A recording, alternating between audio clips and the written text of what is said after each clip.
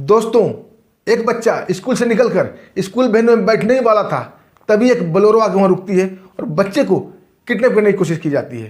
तभी आईपीएस अधिकारी अर्जुन राठौर पहुँचते हैं।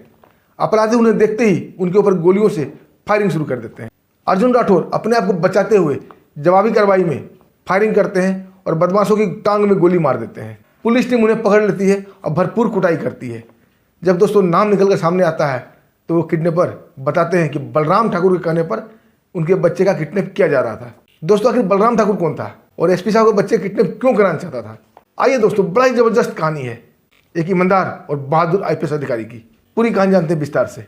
दोस्तों, ये कहानी आईपीएस अधिकारी अर्जुन राठौर की है, जिन्हें राष्ट्रपति पुरस्कार भी मिला था बहादुरी के लिए। दोस्तों, इनका जन्म राजस्थान के एक मध्य वर्गीय परिवार में जन्म हुआ था।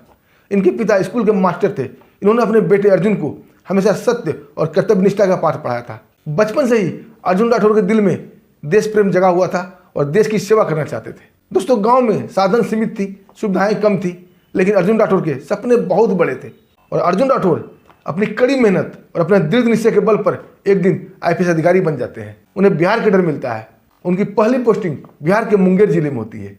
दोस्तों, जैसे ही ये कार्यभार संभालते हैं, इन्हें कुछ ही दिनों में समझ आ जाता है कि ये जिला अपराध और भ्रष्टाचार का अड्डा बना हुआ है।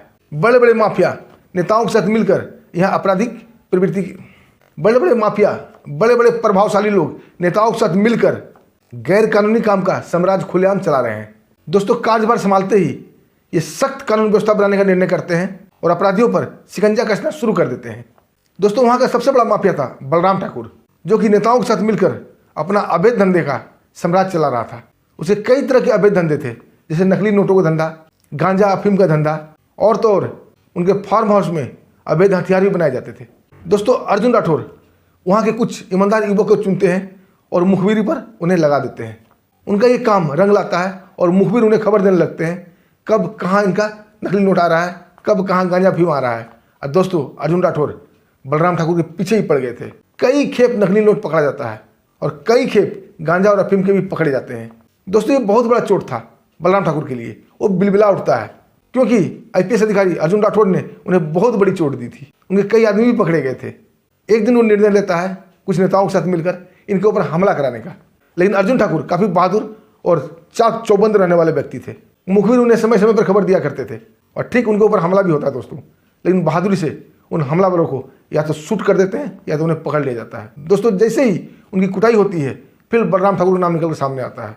दोस्तों, अब एसपी साहब ये ठान लिए थे कि यहाँ का अगर साम्राज्य हिलाना है तो बलराम ठाकुर को जेल के अंदर भेजना ही पड़ेगा।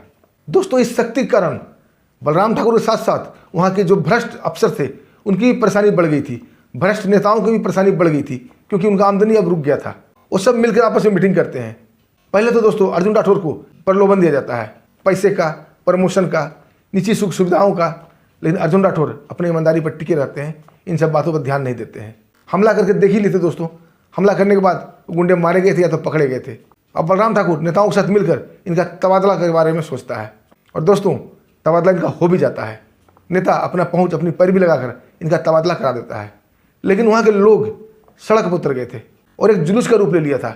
सभी जाकर बड़े बड़े कार्यालय में धरना देने लगते हैं और आखिरकार सरकार इन पब्लिक की बातों में आ जाती है, दबाव में आ जाती है और अर्जुन राठौर का तबादला को रोक दिया जाता है। दोस्तों, अर्जुन ठाकुर के अंदर एक नई ऊर्जा का निर्वाह और भी जोर से हो जाता है क्योंकि पब्लिक उनके साथ थी।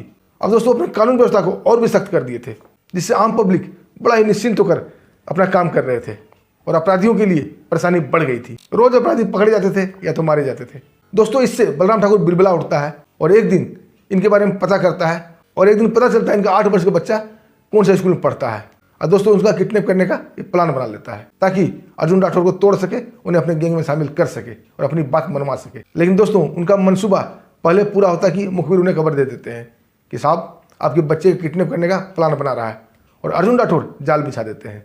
अब किडनैपर बच्चे को क्या किडनैप करेंगे, वो खुद ही अर्जुन राठौर के जाल में फंस जाते हैं। दोस्तों, बच्चा स्कूल से निकलकर जैसे ही अपनी वैन में बैठने वाला था, तभी एक बोलेरो गाड़ी आती है और बच्चे को उठा लेती है। लेकिन उन्हें यह पता नहीं था यहाँ जाल पहले से बिछाया गया है। तभी अर्जुन राठौर निकल कर सामने आते हैं। दोस्तों, उनको देखते ही वो किडनैपर उनके ऊपर फायरिंग करने लगते। अर्जुन राठौर के साथ पुलिस टीम थी, वो भी जवाबी फायरिंग करने लगती है। उनकी टांगों में गोली मार दिया जाता है, उन्हें जिंदा पकड़ लिया जाता है। दोस्तों, भरपूर उनके स्वागत किया जाता है, खूब खातिर की जाती है, थाने में लाकर दम भर कुटाई की जाती है। फिर एक ही नाम निकल कर सामने आता है, बलराम ठाकुर का। दोस्तों और कुटाई होती है तो वो बताते हैं कि इनका क्या क्या धंधा है। दोस्तों नकली नोट तो पहले ही पकड़े जा चुके थे, कई खेप पकड़े जा चुके थे, जिससे बलराम ठाकुर की कमर टूट गई थी। लेकिन एक धंधा था जिससे बलराम ठाकुर की कमाई खूब हो रही थी, वो थी दोस्तों उसके फार्म हाउस में अवैध हथियार बनाए जाते थे। जब किडनैपर को खूब कूटा जाता है तो फार्म हाउस का वो पता बता देता है। अब दोस्तों एसपी साहब अर्जुन राठौर साहब अपने पुलिस टीम के साथ उस फार्म हाउस की घेराबंदी करते हैं सावधानीपूर्वक, और धीरे धीरे अंदर घुसने का प्रयास करते हैं। दोस्तों अपराधियों को ये भनक लग चुकी थी, अब वो उधर से फायरिंग शुरू कर देते हैं, लेकिन अर्जुन राठौर थोड़ा भी नहीं घबराते हैं और धीरे धीरे अपनी टीम के साथ जवाबी फायरिंग करते हुए अंदर प्रवेश करते हैं और चेतावनी देते हैं, अगर जिंदा रहना चाहते हो तो सरेंडर कर दो।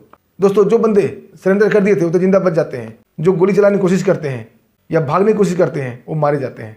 दोस्तों 2 ही घंटे में सारा ऑपरेशन सफल हो जाता है। बहुत से अपराधी मारे गए थे और बहुत अपराधी जिंदा पकड़ लिए गए थे। सबको गवाही लिया जाता है और जो नाम निकल सामने आता है दोस्तों बलराम ठाकुर का। दोस्तों बलराम ठाकुर अब लापता हो गया था या अंडरग्राउंड हो गया था। एसपी साहब उच्च अधिकारी से बात करके उसके ऊपर शूट वारंट का ऑर्डर निकाल देते हैं। दोस्तों जैसे ही बलराम ठाकुर को ये पता चलता है कि शूट वारंट का ऑर्डर निकल चुका है, दोस्तों बिना देर किए वो सीधा कोर्ट में सरेंडर कर देता है। उसके जितने भी गुर्गे चमचे पकड़े गए थे सबकी वीडियो बनती है और गवाही लिया जाता है। दोस्तों कोर्ट से अर्जुन राठौर बलराम ठाकुर को कानूनी हिरासत में ले लेते हैं, रिमांड पर ले लेते हैं और बलराम ठाकुर की जबरदस्त धुनाई होती है। बलराम ठाकुर अपना सारा अपराध कबूल कर लेता है और उन नेताओं का भी नाम बताता है जो उनके साथ थे और इनके गलत कामों में उनका सहयोग करते थे। दोस्तों उन नेताओं की भी गिरफ्तारी होती है, सबके ऊपर केस चलता है और बलराम ठाकुर अपना जान बचाने के लिए कोर्ट में अपना सब अपराध कबूल कर लेता है। उसे सजा हो जाती है दोस्तों, उसके साथ साथ नेताओं को भी सजा हो जाती है। दोस्तों इसके बहादुरी के लिए अर्जुन राठौर को राष्ट्रपति पुरस्कार से नवाजा जाता है। दोस्तों देश में अपने ऐसे आईपीएस भरे पड़े हैं तो आज देश चल रहा है। अगर सारे ऑफिसर ईमानदार कर्तव्यनिष्ठ हो जाएं तो हमारा देश स्वर्ग से भी सुंदर हो जाएगा। दोस्तों आपको क्या कहना है इस कहानी पर, छोटा सा कमेंट जरूर कीजिएगा और वीडियो पसंद आई तो वीडियो को लाइक कीजिएगा, चैनल को सब्सक्राइब भी कीजिएगा। दोस्तों फिर मिलते हैं एक शानदार कहानी के साथ, तब तक के लिए मैं आज्ञा दीजिए। नमस्कार, जय हिंद।